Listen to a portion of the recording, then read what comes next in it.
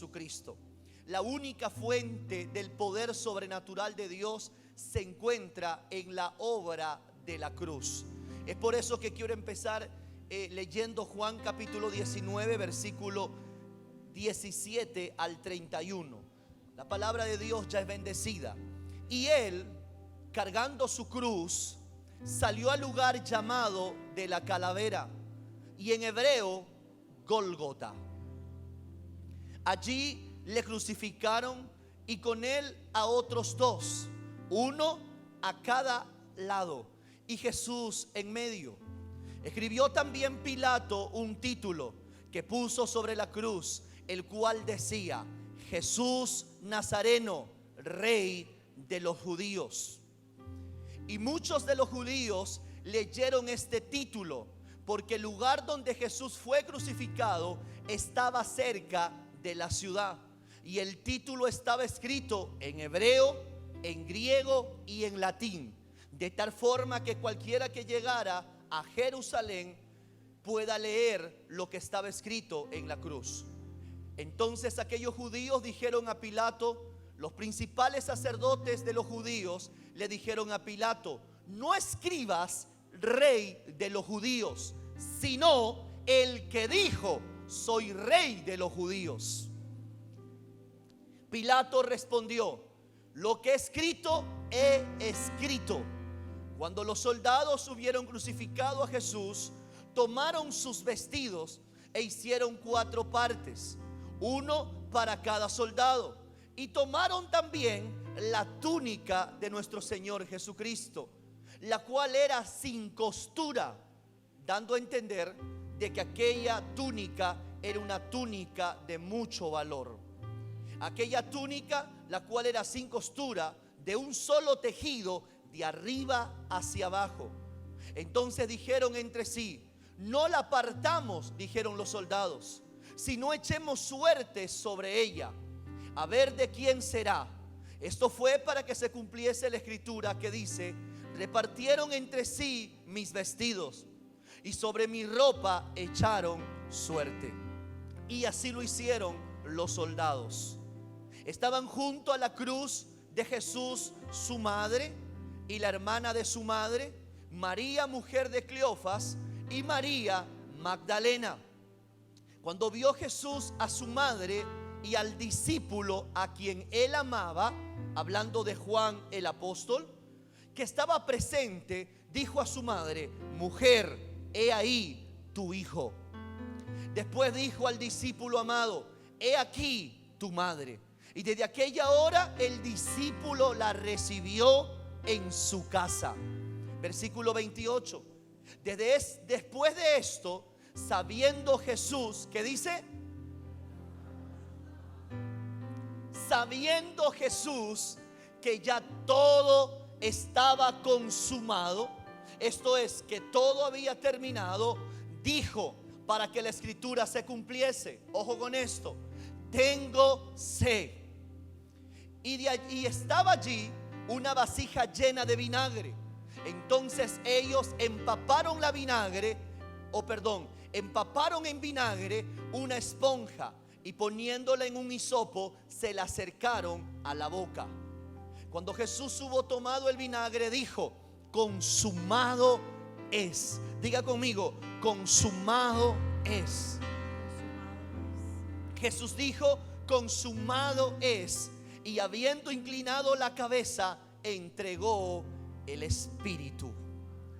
Hay algo que el apóstol Juan no dice. Entre el momento que Jesús toma el vinagre en su boca y él dice: consumado es, hay algo que el apóstol Juan no dice, pero que lo encontramos en el Evangelio de Marcos. Y esto es muy poderoso porque nos enseña algo que muchos de nosotros quizás ignorábamos, pero que realmente cuando usted lo conoce se va a dar cuenta, mi hermano, lo poderoso que Dios hizo en la cruz del Calvario. Cuando usted va a Marcos capítulo 15, quiero que vaya por favor, Marcos capítulo 15, versículo 37.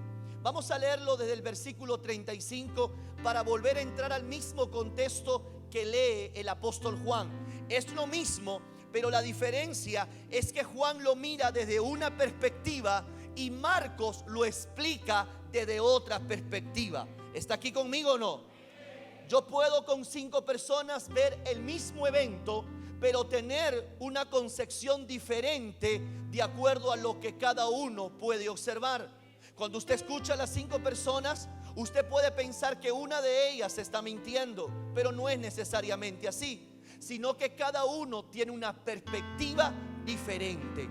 Aquí vimos la perspectiva de Juan. Él dice que después que tomó el vinagre, él dijo: consumado es, y él entregó su último aliento de vida. Pero Marcos dice algo muy poderoso que quiero que usted aprenda en esta noche. Dice la Biblia: y algunos de los que estaban allí decían al oírlo: mirad, llama a Elías.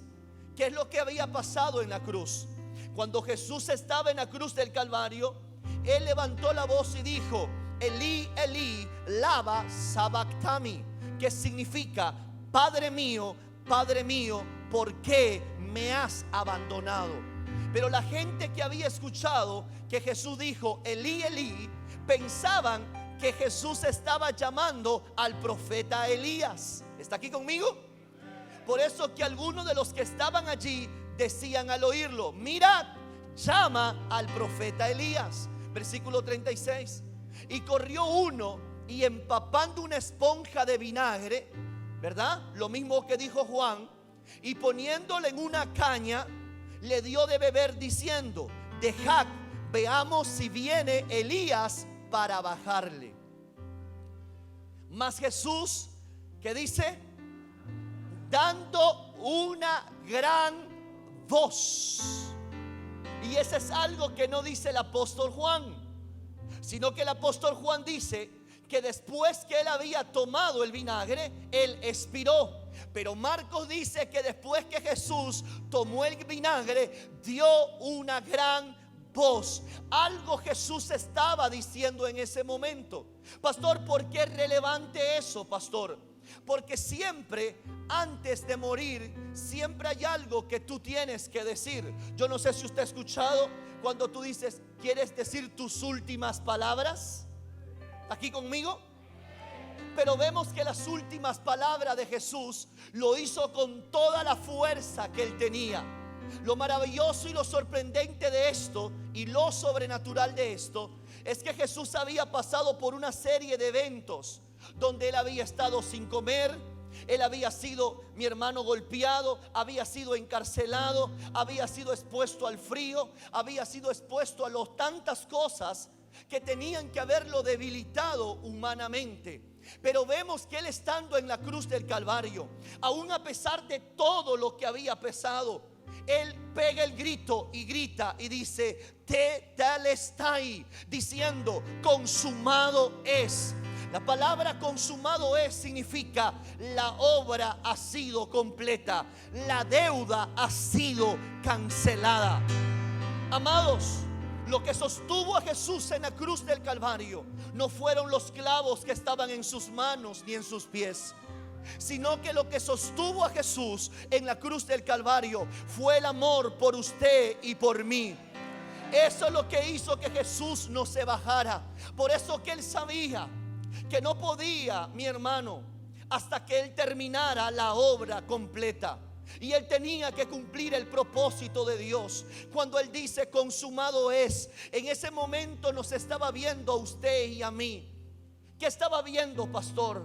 De que todas las cosas que usted y yo podamos vivir en esta vida, mi hermano, tienes que saber que no tendrá un final triste. Usted sabe que en ese momento Jesús había muerto, pero ese no era el final de nuestro Salvador, sino que Jesús era necesario que muera, pero al tercer día él tenía que resucitar. Por eso Jesús dice consumado es. Hoy estoy muriendo para pagar el precio de los pecados de la humanidad entera. Antes de la muerte de Jesús en la cruz del Calvario, las cosas no eran igual que después de la muerte de Cristo. Es por eso que hoy los historiadores incluso escriben antes de Cristo y después de Cristo. La condición de la raza humana no era la misma. Antes de que Cristo muera en la cruz del Calvario, el ser humano, mi hermano, ya estaba destituido de la presencia de Dios, por cuanto todos habíamos pecado. Gracias al pecado original del primer Adán. Porque la Biblia dice que por un hombre entró el pecado, y por ese pecado del hombre vino a todos los hombres. Recuérdate que el pecado vino a toda la humanidad, no por el pecado que cometió Eva, sino por el pecado que cometió Adán. Cuando Eva come del fruto, ese pecado quedaba en ella, pero en el momento que Adán come del fruto, mi hermano, ese pecado viene a toda la humanidad. Usted me pregunta, ¿por qué, pastor? Porque Adán es la cabeza, porque el varón es la cabeza, y todo lo que entra por la cabeza llega hasta toda su familia. Por eso que el propósito de la serpiente no solo era que Eva coma del fruto, sino que el propósito de la serpiente es que Eva coma del fruto e influencia a su marido, influencia a su esposo, para que también él le abra puertas al pecado. Por eso la Biblia dice que la mujer sabia edifica su casa, pero la necia con sus propias manos la destruye. Así fue como gracias al pecado de Adán, ese pecado pasó para toda la humanidad entera. Pero la Biblia dice que Dios se proveyó de un nuevo Adán, que es nuestro Señor Jesucristo. Nuestro Señor Jesucristo bíblicamente se le conoce como el postrer Adán. ¿Está aquí conmigo o no? Porque el primer Adán cayó en pecado, y gracias a él vino condenación y maldición para el mundo. Pero hoy vendría el postrer Adán. Y gracias al postrer Adán, mi hermano, que murió en la cruz del Calvario. Ahora la pregunta que muchos se hacen: ¿por qué Jesús tenía que morir en la cruz? ¿Sabe por qué? Porque la Biblia dice que la paga del pecado es la muerte. La humanidad entera había pecado, y como consecuencia tenía que morir y pagar el precio de su pecado. Es por eso que Adán, mi hermano, vino como el Cordero de Dios que quita el pecado del mundo. Él es el último sacrificio. Él dijo: ya nadie tiene que morir en condenación. Yo voy a tomar el lugar del adúltero, voy a tomar el lugar del fornicario, voy a tomar el lugar del adicto, voy a tomar el lugar del ludópata, voy a tomar el lugar del mentiroso, voy a tomar el lugar del idólatra, voy a tomar el lugar del brujo, del hechicero, del macumbero. Voy a tener el lugar del que vive en amargura, el que vive en contienda. Voy a tomar tu lugar y el lugar de toda la humanidad entera. Amén. ¿Alguien está aquí conmigo en esta hora? Mi hermano, Satanás fue un bobo. Ha sido, es y seguirá siendo un bobo. Porque él piensa que él te está alejando del plan y del propósito de Dios. Pero lo que él no sabe es que todo lo que levanta en contra de tu vida, lo único que está haciendo es que usted se acerque más al plan y al propósito de Dios. El diablo pensaría que matando a Jesucristo en la cruz del Calvario, pensaría que acabaría con este hombre. Pero él no sabía realmente quién era este hombre. Él no era un profeta más. Él no era un enviado más. Él era el Cristo, el Hijo del Dios vivo. Él era el Cordero de Dios que quitaría el pecado del mundo. Por eso que cuando Jesús está en la cruz y él dice: consumado es, en ese momento Satanás dijo: ¿qué? En ese momento el diablo dijo: ¿qué pasa? ¿Cómo que consumado es? ¿Cómo que tetelestai? ¿Qué es esto? Porque el diablo no sabía que en ese momento Jesús estaba muriendo como un vil pecador. Porque mira lo que dice la Biblia en Gálatas capítulo 3 versículo 13. Mira lo que dice el Señor en la palabra. Gálatas 3 versículo 13, por favor. Cristo, dice la Biblia, nos redimió de la maldición de la ley, hecho por nosotros. ¿Qué se hizo Cristo por nosotros? Maldición, porque está escrito: maldito todo aquel que es colgado en un madero. Jesús murió como un maldito. Jesús murió como un malhechor. Él no tenía que morir en la cruz del Calvario, porque la Biblia nos enseña que la concepción de María, la concepción que tuvo de Jesucristo, fue sin pecado. María no conoció varón, ella concibió por obra y gracia del Espíritu. Su concepción, su nacimiento, su niñez, su pubertad, su adolescencia, su juventud fue sin pecado alguno. Y cuando empezó su ministerio, Él nunca pecó, Él nunca hizo lo malo. Pero sin embargo lo vemos a Jesús entrando a la escena donde moría como moría todos los malhechores del siglo primero. Para que usted me entienda un poco, la crucifixión era una de las prácticas de Roma. Ellos no la iniciaron, lo inició Alejandro Magno cuando él gobernaba en Grecia. Pero los romanos la especializaron. Ellos hicieron que la tortura de la cruz sea más fuerte, para que sirva como intimidación a todos los que ellos gobernaban. La pregunta es: ¿quiénes morían en la cruz? En la cruz morían los que se rebelaban contra el gobierno. En la cruz morían, mi hermano, los hombres más malos de la ciudad. En la cruz morían los terroristas, los que estaban en contra del sistema. En la cruz morían los adúlteros, los mentirosos, los ladrones. ¿Qué hacía Jesús en la cruz del Calvario? ¿Sabe lo que hacía Jesús en la cruz? Es que Él decidió subirse a ese madero, porque Él dijo: yo no quiero que mi hijo, no quiero que mi hija pueda morir en condenación. Yo voy a tomar tu lugar, voy a tomar tu lugar. Yo no sé quién me está entendiendo lo que yo estoy hablando en esta hora.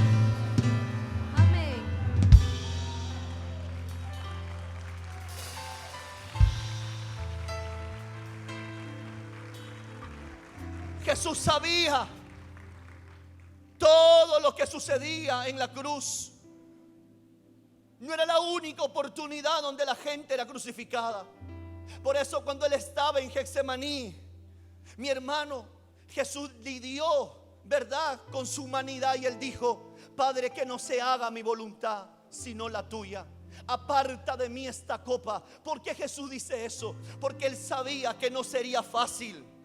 No sería fácil morir como una persona maldita. Aunque Él nunca conoció el pecado, Jesús experimentó las 3 muertes, mi hermano, lo que nunca tenía que haber experimentado. Existen 3 muertes que el hombre tiene que experimentar. La primera muerte es la muerte. Yo no sé si alguien está aprendiendo algo en esta hora, pero tú vas a salir de este lugar valorando la obra de la cruz.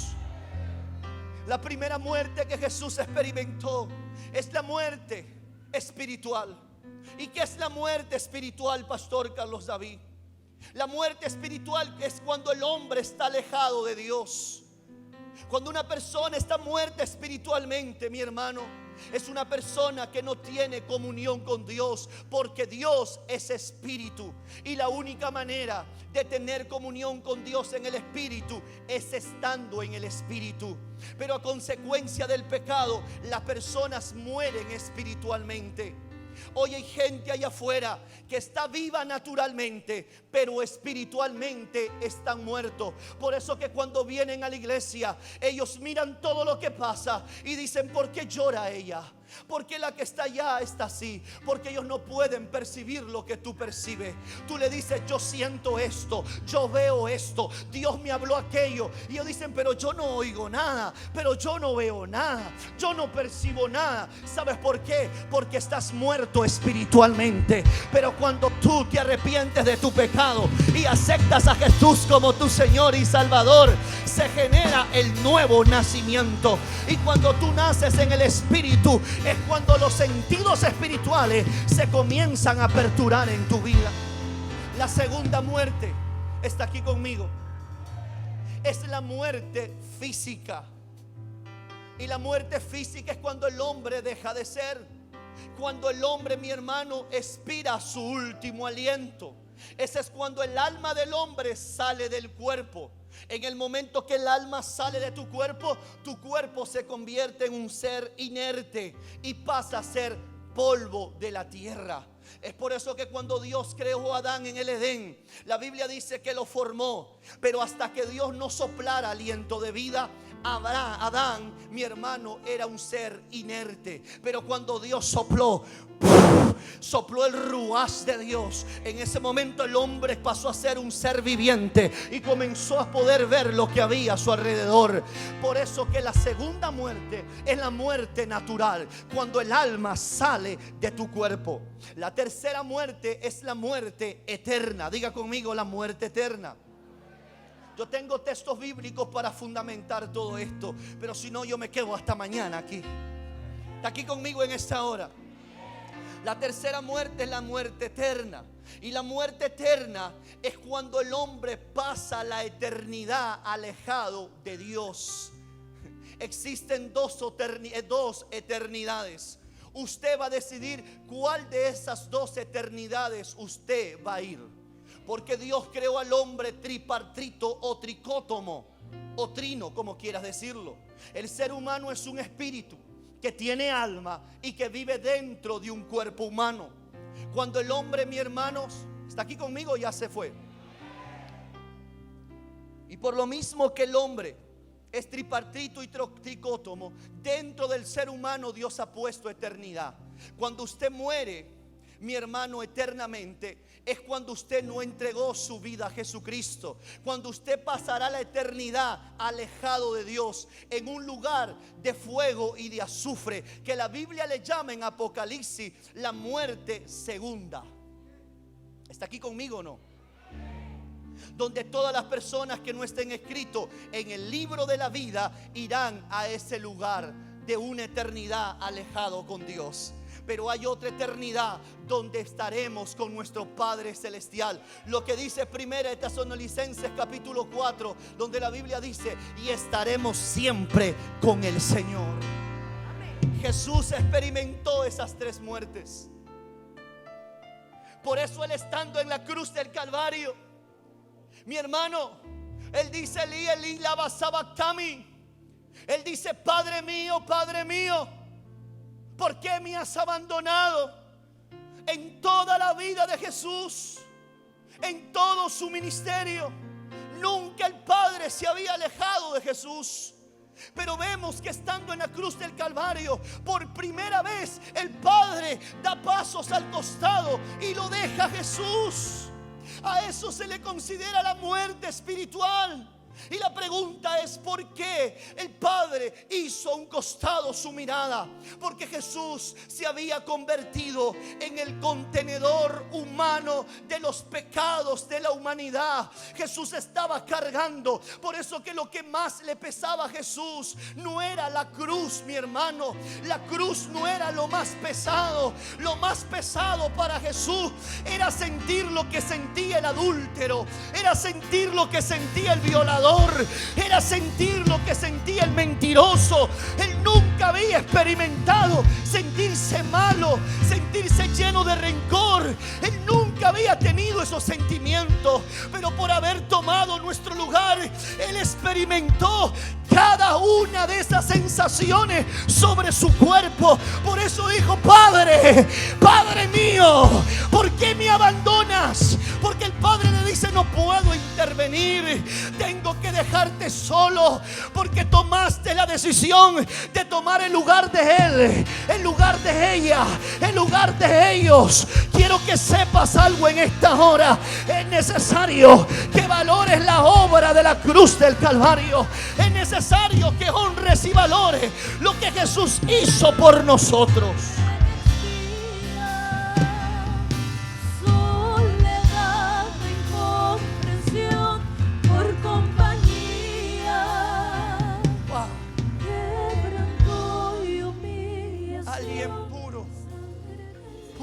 Kelly, muchos de nosotros, no me corten así, por favor.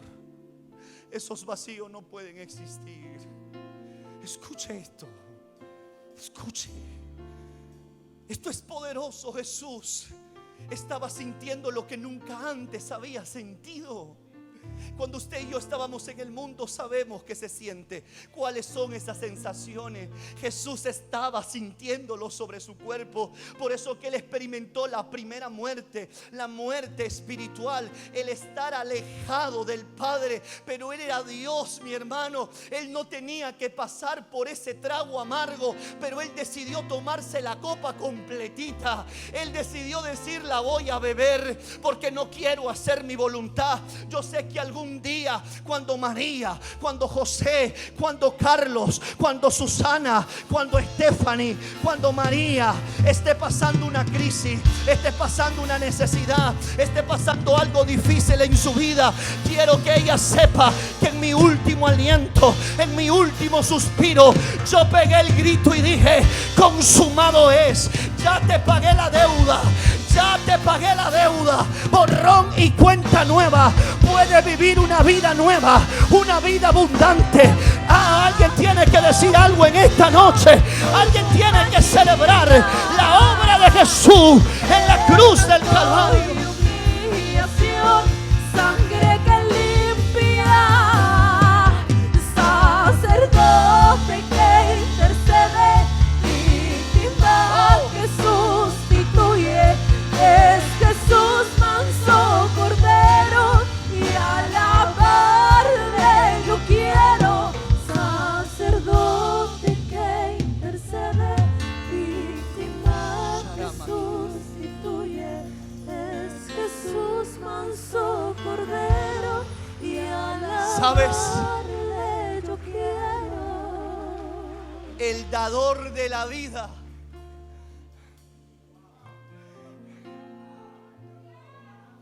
¿Sabes a cuántas gentes Él resucitó? ¿Sabes a cuántas personas Él resucitó solo con el poder de sus palabras? Pero Él tenía que decidir morir. Hija, hijos, si Él no hubiera querido, Él no moría. Pero Él decidió dar su último aliento. Él experimentó la muerte, un Dios que experimente la muerte que solo sería para un mortal. Pero Él, siendo Dios, tomó la decisión de decir: voy a morir como un mortal más, voy a morir como un ser humano más. Aunque yo no he hecho nada, aunque yo nunca he pecado, aunque nunca le falté respeto a mi madre, Jesús fue buen hijo, Jesús fue buen hermano, Jesús fue, mi hermano, un gran ser humano. Pero Él decidió en su voluntad experimentar la muerte. Y en ese momento expiró. Mira, primera muerte espiritual, la segunda natural. ¿Y sabes cuál es la más terrible? Que Él decidió experimentar la tercera muerte, que es descender al infierno, donde descienden los pecadores, donde descienden los que hicieron mal en la vida. Él decidió, mi hermano, descender hasta el mismo infierno. Pero yo tengo algo que decirte en esta hora: que por primera vez en las tinieblas y en la oscuridad del infierno resplandeció una luz, y era la luz de Jesucristo. Cuando Él descendió al infierno, la gente, yo me imagino que habrá dicho: ¿qué hace este hombre aquí? ¿Qué hace este varón aquí? Si yo escuchaba que Él andaba sanando a los enfermos, reprendiendo a los demonios, predicando la palabra. ¿Qué hace Jesús?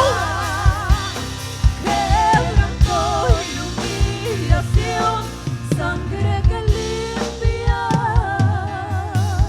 El infierno por primera vez.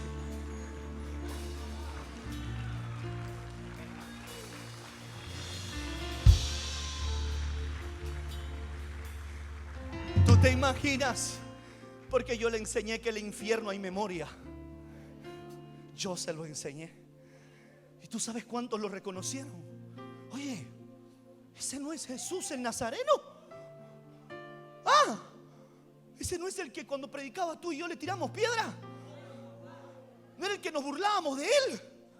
No era el que decíamos: ah, ese fanático loco.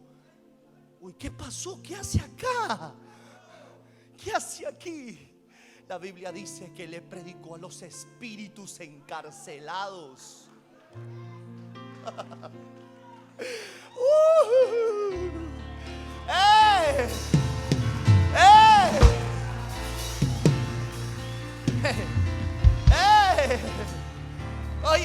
hermano, todo Él lo hace por amor. Todo Él lo hace por amor. Él decidió experimentar las 3 muertes, pero tú no quieres ni experimentar una crisis. Porque en la primera prueba, en el primer despido, en el primer fracaso, en el primer error que cometes, ya te quieres ir al mundo, ya quieres retroceder. Amados, el amor no tiene que ver con una razón. Jesús decidió amarte y experimentar lo que un mortal experimenta solo por amor a nosotros. Solo porque Él tenía fe que un día yo iba a valorar lo que Él hizo por mí. Yo sé que yo estaba en su memoria. Yo sé que yo estaba en su mente. Lo sé. Que Él habrá dicho: lo hago por mi hijo Carlos David, lo hago por mi hijo Alberto, por mi hijo Nick, lo hago por mi hijo Mario, lo hago por mi hijo mi hija Stephanie, lo hago por mi hija Susana. Mi hermano, Jesús tenía en mente a cada uno de nosotros, y Él sabía que algún día usted y yo íbamos a valorar lo que Él hizo por nosotros. Mi hermano, usted tiene que saber que la cruz es el recuerdo constante de que Él siempre estará pensando en nosotros. La cruz es el recuerdo de que Él nos amó, con eternamente nos amó y para siempre. Que fue capaz de irse hasta el infierno por tus pecados y por mis pecados. ¿Alguien puede decir algo en esta noche? ¿Alguien puede decir amén, aleluya?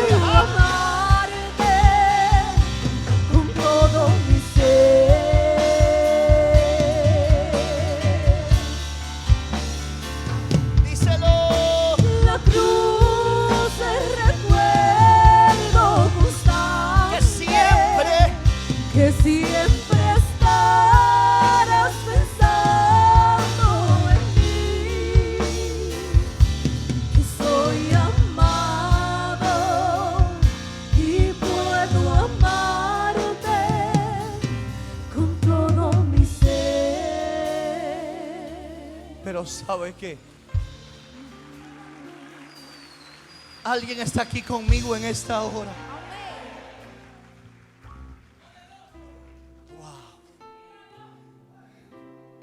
Amado de mi alma, amado de mi vida, eternamente te amaré por siempre.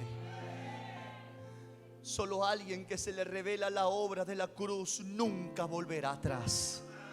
Nunca volverás atrás. ¿Sabe por qué amo a mi esposa? ¿Sabe por qué amo a mis hijos? Porque amo a Jesús con toda mi alma. Porque Jesús me ama, y ella y mis hijos son los beneficiados del amor y del romance que yo tengo con Jesús. Amados amigos y hermanos, hijos que están aquí presentes, Jesús decidió experimentar esas 3 muertes, pero no se quedó en el infierno, porque la Biblia dice que Dios el Padre mandó a su Espíritu Santo a resucitar a Jesucristo de entre los muertos. Por eso la Biblia dice: si el Espíritu que resucitó a Jesucristo de entre los muertos hoy vive en vosotros, vivificará vuestro cuerpo mortal, dice el Señor. El mismo Espíritu, Marisela, que descendió al infierno y miró a Jesús y le dijo: tú no tienes que estar aquí, porque tú estás pagando la consecuencia de la humanidad, pero tú nunca has pecado. Y así fue cuando sacó a Jesucristo del mismo infierno, mi hermano. Así el Espíritu Santo es el que está impidiendo que usted y yo vayamos al infierno. Por eso que el que convence de pecado, el que convence de juicio, el que convence de justicia es el Espíritu de Dios. Y Él es el que da vida a quien Dios quiere. Él es el que puede, mi hermano, traerte con lazo de amor y misericordia a los pies de nuestro Padre Celestial. La pregunta es: ¿qué es la cruz entonces? La cruz no es un amuleto como muchos piensan. Algunos creen que la cruz es un amuleto que lo tienes que llevar colgado en el cuello, que lo tienes que tatuar en tu pecho o en tus piernas o extremidades. La cruz no es un amuleto. La cruz no es la que tiene poder, sino lo que se hizo en aquella cruz. ¿Sabe quién le dio forma a la cruz? Fue Jesús. Porque cuando Él abrió sus manos en aquella cruz, Él es el que representa la cruz. Él es el que abrió sus manos diciéndote: estoy aquí muriendo por ti. Y quiero que sepas que de la misma manera te sigo esperando, que vengas a buscarme y recibas el regalo más grande que Jesús le puede dar a la humanidad entera. ¿Y sabes qué es eso? La salvación de tu alma. La cruz no es un amuleto. La cruz, mi hermano, no es un crucifijo que necesitamos llevar en el cuello. La cruz es la obra perfecta de que Cristo hizo en aquel lugar. Hay dos cosas, o mejor dicho, hay algo que el mundo nos ha enseñado y lamentablemente muchos de nosotros hemos creído. Hemos pensado que el poder de Dios radica en aquel madero, que el poder de Dios radica en aquel elemento que es una cruz. Sin importar si es madera o oro y plata, el poder no está en la cruz. Es por eso que hasta el mismo Hollywood nos ha engañado. Y hemos visto películas donde hay hombres y mujeres que están enajenados, endemoniados, y vemos un sacerdote con una cruz que anda diciendo: fuera, fuera, fuera. Y la misma película vemos que la cruz hace que los endemoniados retrocedan y usan agua bendita y usan, mi hermano, elementos que realmente la Biblia no avala. Porque no hay una cruz que haga correr a Satanás y a sus demonios. Lo que pasa es que el diablo, mi hermano, sabe hacer su trabajo. Y él lo que quiere es tapar. Escucha bien. Lo que el diablo quiere es disfrazar las cosas para que tú no tengas la revelación de qué es lo importante en el evento de la cruz. Lo importante no era el madero, porque la Biblia dice: maldito todo aquel que es colgado en un madero. Lo importante no era la madera, lo importante era aquel que murió en la madera. ¿Sabe a quién Satanás le tiene miedo? ¿Sabe a quién Satanás corre cuando lo ve? Cuando tú le dices: en el nombre de Jesús.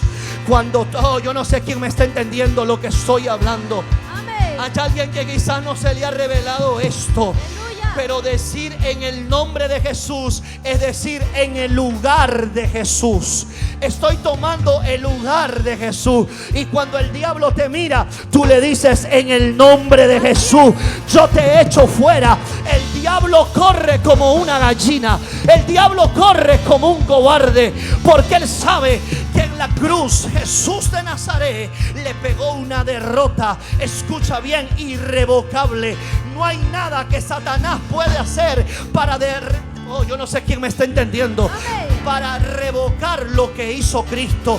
No hay nada que él haga. Así visite las 7 iglesias y así camine en chapitas por una escalera. No hay nada que el diablo pueda hacer para revocar la obra de la cruz. Porque Jesús le pegó una derrota permanente, total y para siempre. Satanás ha sido destruido, derrotado y derribado en el nombre de Jesús. Hay alguien que puede decir amén en esta hora. Aleluya. Diga aleluya, amén, ojalá. Aleluya. Amén.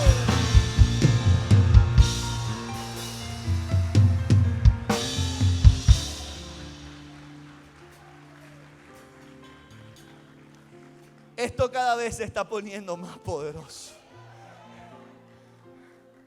Sigo, paro. Escuche esto. En la cruz sucedió 2 cosas poderosas. Por eso que Satanás ahorita debe estar arrancándose los pocos cabellos que le queden en la cabeza. Por eso que yo estoy seguro que, escuche, estoy seguro que Satanás está calvo gracias a usted y a mí. Porque Él se está arrancando hasta el último cabello de su cabeza por lo que Jesús le hizo en la cruz. Ahora no vaya a ver un calvo y va a decir: ahí anda el diablo. Hijo, no es nada personal.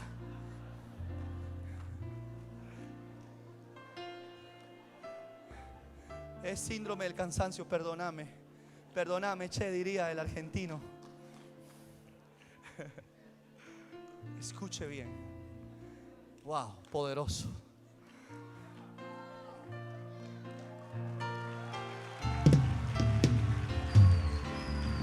Aleluya. Satanás ha sido un bobo, es un bobo y seguirá siendo un bobo. Pobrecito, ¿no? No le tenga lástima a mi hermano. Se lo merece. Porque desde el día de la creación ha buscado destruir a la raza humana. No esté orando por el diablo, porque hay algunos que les gusta orar por el diablo para que se arrepienta. Él ya ha sido condenado, mi hermano. Y no hay nada que Él haga para revocar eso. Hay dos hechos importantes que sucedieron en la cruz. Dos hechos. Número uno, la cruz es la base de Jesús para proveer toda bendición para toda la raza humana. Antes de la muerte de Jesús, la condición del hombre que estaba en maldición. Pero gracias a que usted y yo hemos conocido a Jesucristo como nuestro Salvador, nuestras maldiciones han sido cambiadas a bendiciones. Y todo lo que para usted y para mí era algo malo, el Señor lo ha cambiado y lo ha transformado en algo bueno. Por eso que cuando alguien conoce a Cristo, vive una vida nueva, un nuevo comienzo. Hay una marca sobre nosotros, sobre todos aquellos que hemos aceptado a Jesús como nuestro Salvador, y es una marca de su bendición. ¿Está aquí conmigo? Hace poco mi hijo Gabriel, ayer si no me equivoco, nos íbamos a uno de sus partidos que él tiene, y en el camino al partido él miró que en uno de los distritos del Callao había una bandera de Israel. Y él me dice y me pregunta: papá, ¿y qué hace esa bandera en ese lugar? Porque él no sabía por qué en el Perú teníamos una bandera de Israel. Me tomé el tiempo y le dije: hijo, permíteme enseñarte. ¿Sabes qué? ¿Por qué en las iglesias, en las instituciones y en muchos lugares se pone la bandera de Israel? Porque la salvación del mundo entero vino de Israel. Jesús fue israelita. Jesús nació en Israel. Pero también hay una promesa. Hay una promesa en las Sagradas Escrituras, que toda nación o persona que bendiga a Israel será bendecido por Dios. Pero también dice que todo aquel que maldiga a Israel será maldecido. Cuando una institución, iglesia o gobierno levanta la bandera de Israel, ¿sabe lo que se está apropiando? Se está apropiando de la bendición. Pastor, ¿qué me está diciendo? Que Dios puso una marca sobre la nación de Israel, no sobre muchas naciones. Solo Israel tiene una marca. Más de 100 no sé cuántos países que existen en el mundo, el único país que tiene una marca espiritual, que todo el que bendiga ese país será bendecido, es Israel. Lo mismo sucede con todos los redimidos por la sangre de Jesucristo.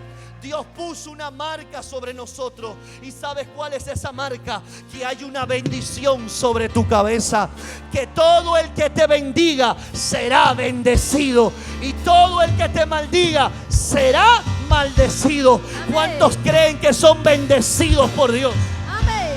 ¿Cuántos creen que son bendecidos por Dios? Amén. Una persona bendecida, si se lo va a dar, déjaselo fuerte al Señor.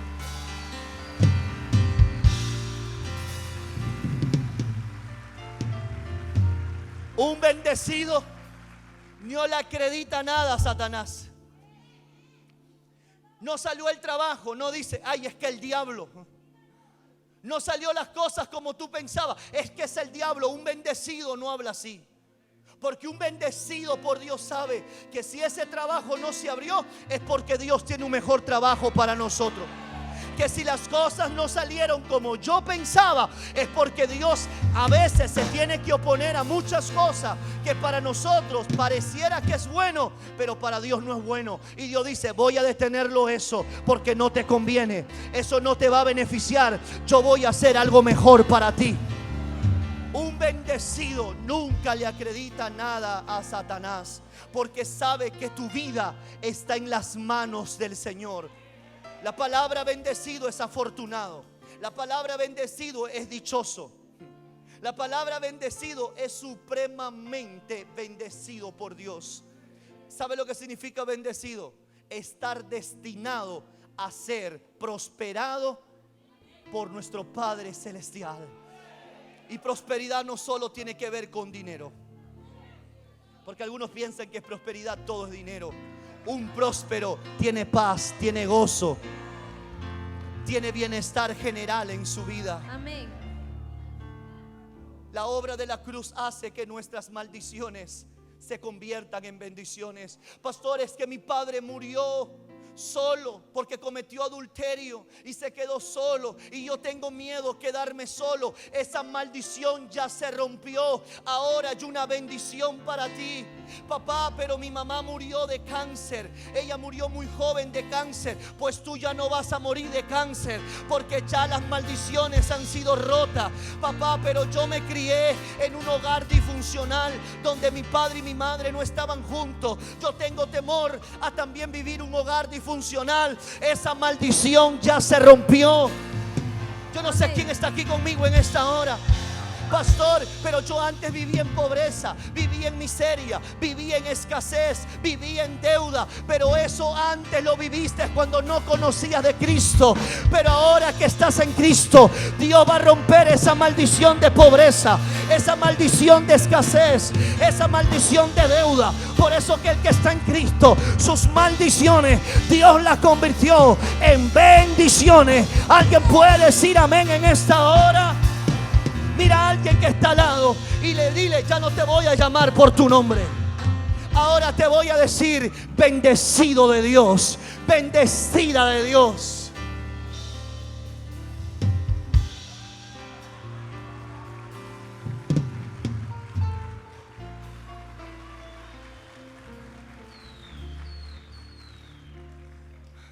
Ay, papá, ¿dónde están los bendecidos, la bendecida? Hay una canción que canta el Combo de Rey, ¿no? Soy bendecido, soy bendecido, soy bendecido por la sangre. ¿Cómo es? Soy bendecido. Gracias. ¿Cómo me gusta esa canción? Tanto me gusta que me olvidé la letra. Es que no hay nada más hermoso que decir que gracias a la obra de Jesús, nosotros, mi hermano, somos bendecidos por Dios. Por eso que a los bendecidos, hasta los malos momentos que vivimos, aún ahí Dios se glorifica. ¿Está aquí conmigo o no? Así que deje de estar llorando, de estar lamentándose, de estar reclamándole algo a Dios. Todo lo contrario, dile: gracias, Señor, por lo que vivo, por lo que paso, porque yo soy un bendecido.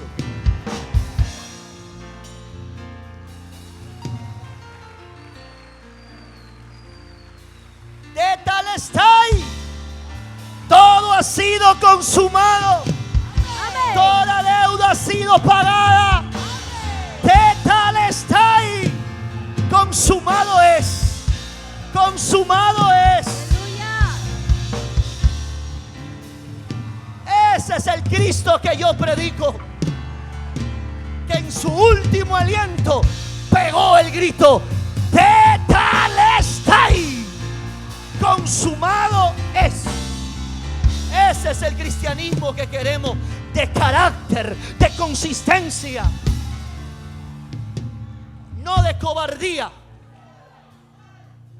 no de miedo, no de temor, no de inseguridad, sino de coraje, de valentía, de intrepidez. de sagacidad, de que aún en los peores momentos voy a pegar el grito de victoria en mi vida. Voy a pegar el grito de victoria y le voy a decir al diablo: diablo, has sido destronado, destruido y derrotado, y no hay nada que tú hagas para que yo dude de la obra de Jesús en la cruz del Calvario. Alguien tiene que celebrarlo eso. El cielo, la tierra y aún debajo de la tierra tiene que saber que Jesús de Nazaret reina, reina, reina. Oh, aleluya.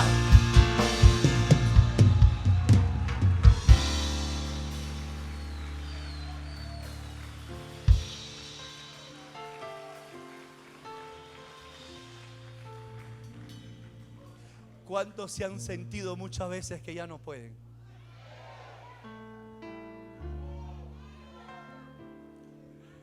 Tetelestai. Consumado es. Lo que estás viviendo ya Dios lo vio por anticipado. Lo que tú estás pasando, Dios ya lo vio, ya lo vio. Y Él te dice: no te preocupes, yo estoy en control de todo. ¿Alguien necesita esta palabra? No te preocupes, Dios está en control de todo. Él está en el asunto. Tetelestai, yo ya terminé la obra. Y el final de la historia dice que eres bendecido y que eres bendecida y que todo va a obrar para bien, porque a los que aman a Dios todas las cosas se unen entre sí para tu bienestar, dice el Señor. Aleluya. ¡Hey! Aleluya. ¿Sabes cómo lo confrontas al diablo? No con el crucifijo. Al diablo se le confronta con la obra de la cruz. Y le dices: ese día tu imperio, Satanás, pasó a ser plataforma de los pies de nuestro Salvador. Recuérdale a Satanás que Cristo se llevó tu enfermedad para que tú seas sano. Por eso que hoy tú no puedes vivir en enfermedad. Dile: Señor, por eso la cruz es la fuente de lo sobrenatural. Porque tienes que decir: Señor, en la cruz llevaste mis enfermedades y gracias a ti hoy puedo ser sanado. Por eso que en la cruz es el intercambio divino, donde tu maldición se convierte en bendición. Tú no confrontas a Satanás con teología. No lo confrontas con intelectualismo. No lo vas a confrontar con tus propias fuerzas. Necesitas tener revelado la obra de la cruz, para que cuando el médico te diga: señorita, señora, usted tiene cáncer y está haciendo metástasis, usted le va a decir: hace 2000 años atrás Jesús llevó el cáncer sobre su cuerpo y por la llaga de Jesús yo he sido sanado. Amén. Hay cosas que la ciencia puede ver, pero hay cosas que con los ojos de la fe no se van a ver. Porque con los ojos de la fe se puede ver la sanidad, mi hermano. Pero eres tú el que decides qué vas a vivir. El diablo esconde de la iglesia la obra de la cruz. Él ha escondido la obra de la cruz y lo que quiere es que la iglesia solamente, mi hermano, quiera que nos enfoquemos en la madera y en el palo y no que nos enfoquemos en lo que Jesús hizo.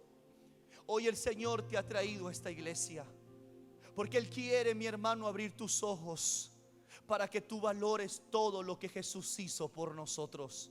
Este miércoles voy a predicar acerca del poder de la resurrección de Jesucristo, porque hoy estoy hablando de su muerte, pero el miércoles hablaré de su resurrección. No hay resurrección si no se te revela la muerte. Dele fuertes palmas al Padre en esta hora.